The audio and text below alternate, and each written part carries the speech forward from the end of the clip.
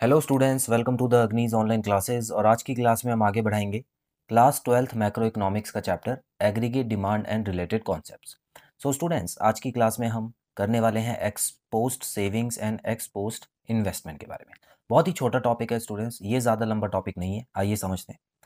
X post का मतलब ही होता है स्टूडेंट्स आफ्टर। तो कोई चीज़ जब एक्चुअल में हो, मतलब पूरा साल ख़त्म हो चुका है और अब हम अपनी सेविंग्स देख रहे हैं, तो उसी को बोला जाता है ex post saving. It is the actual और realised savings in an economy during a year. तो पूरे साल में जितनी भी सेविंग हुई है एक इकोनॉमी में, और जो एक्चुअल सेविंग हुई है उसी को हम बोलते हैं एक्स पोस्ट सेविंग्स।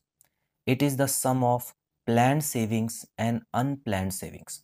तो स्टूडेंट्स, यहाँ पे दो चीज़ें क्यों ली गई हैं? देखिए, प्लान्ड सेविंग्स मतलब हो गया जो हमने साल से पहले साल के शुरुआत में हमने प्लान किया था कि इस साल हम इतनी सेविंग्स करेंगे, तो वो तो इसमें आ ही जाता है। लेकिन अनप्लान्ड सेविंग्स मतलब मान लेते हैं कि हमारे पास कुछ प्रॉफिट आ गया, ज़्यादा प्रॉफिट हो गया उम्मीद से, तो उसमें क्या हुआ, हमने और सेविंग कर ली, जो प्लान नहीं की थी उससे भी ज़्यादा सेविंग हो गई। तो प्लान्ड सेविंग तो आ ही जाती है इसमें, लेकिन अगर कहीं ऊपर से और सेविंग हमको करने का मौका मिल जाता है तो वो भी इसमें आपको ऐड कर देना है, तभी तो एक्चुअल सेविंग्स आएगी। ठीक है, तो ये पॉइंट भी आप याद रखिएगा। दो चीज़ों का सम होता है, प्लान्ड और अनप्लान्ड का। उसी तरह बिल्कुल सेम पॉइंट में आप इन्वेस्टमेंट लिख दें students.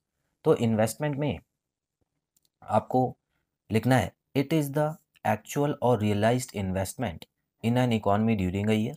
It is the sum of planned and unplanned investment. तो कुछ भी नया नहीं है, ऊपर सेविंग लिखा था उसकी जगह आप इन्वेस्टमेंट लिख दें तो ये एक्स पोस्ट इन्वेस्टमेंट हो जाएगी।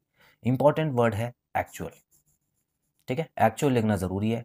जैसे पिछले वाले पार्ट में हमने जब एक्स एंटे के बारे में पढ़ा था तो उसमें प्लान्ड लिखना ज़रूरी था, इसमें एक्चुअल लिखना ज़रूरी है। क्लियर? चलिए, इसका भी इक्विलिब्रियम पढ़ लेते हैं। तो मैंने आपको बताया था स्टूडेंट्स कि इसका जो इक्विलिब्रियम होता है वो हमेशा इक्वल ही रहता है, मतलब उसमें कभी भी इन दोनों के बीच में अनइक्वालिटी नहीं आती है। ठीक है, तो अब देखते हैं ये क्या चीज़ है। तो इक्विलिब्रियम के बारे में पढ़ते हैं स्टूडेंट्स। लिखा हुआ है ex post savings and ex post investments are always in equilibrium at all levels of income। तो ये चीज़ हमेशा याद रखिएगा। ठीक है, एक नंबर में आ सकता है, हो सकता है कि वो आपसे पूछ लें कि कौन सी इन्वेस्टमेंट जो होती है वो इक्विलिब्रियम पे रहती है हमेशा at all levels of income पे, तो आपको लिख देना है एक्स पोस्ट वाली। ठीक है, चलिए ये आपको समझ आया। अब देखिए स्टूडेंट्स, इसका आंसर पढ़ते हैं।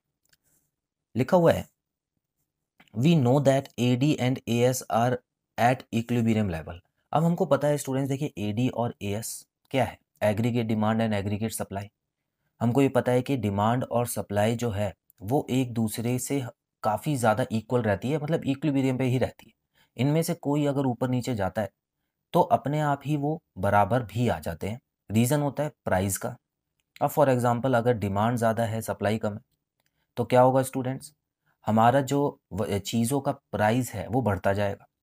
और चीज़ों का प्राइस है तो जब वो बढ़ेगा तो उसके वजह से क्या होगा, जो प्रोड्यूसर होंगे वो ज़्यादा से ज़्यादा सामान बनाना शुरू कर देंगे। तो इसी वजह से सप्लाई जो है वो फिर बढ़ जाएगी और बढ़ते बढ़ते डिमांड के पास आ जाएगी। ठीक है, तो इक्विलिब्रियम में रहता है हमेशा। अब इसी पॉइंट से आगे का कॉन्सेप्ट समझिए। हमको पता है कि A D is equal to A S होता है, और ए डी को हमने पढ़ा था कंजम्पशन प्लस इन्वेस्टमेंट। ठीक है, लोग कंजम्पशन भी पे भी खर्च करते हैं और कंपनीज इन्वेस्ट भी करती हैं। और ए एस के बारे में पढ़ा था हमने, क्योंकि ए एस नेशनल इनकम ही होती है ना। A S is equal to Y वाली क्लास आपने ली थी। तो इनकम को कंज्यूम किया जाता है और सेव किया जाता है। तो C plus I is equal to C plus S हो गया। अब सी तो दोनों तरफ है तो इसको हम काट सकते हैं और आई इज इक्वल टू एस हो जाएगा, मतलब इन्वेस्टमेंट और सेविंग हमेशा बराबर होती है। बस इसमें आपको इतना ही कॉन्सेप्ट समझाना है। क्लियर है? बड़ा ही सिंपल है। इसमें आपको दो केसेस नहीं समझाने कि अगर ऊपर नीचे हो गया तो क्या होगा। आपको बस इतना समझा देना है, क्योंकि ये हमेशा ही इक्वल रहता है, कभी ऊपर नीचे जाता ही नहीं है। तो इसीलिए आई और एस हमेशा एक्स पोस्ट सेविंग और एक्स पोस्ट इन्वेस्टमेंट में बराबर ही रहते हैं। तो स्टूडेंट्स, आज की क्लास में इतना ही। आई होप आपको बहुत अच्छे से क्लियर होगा।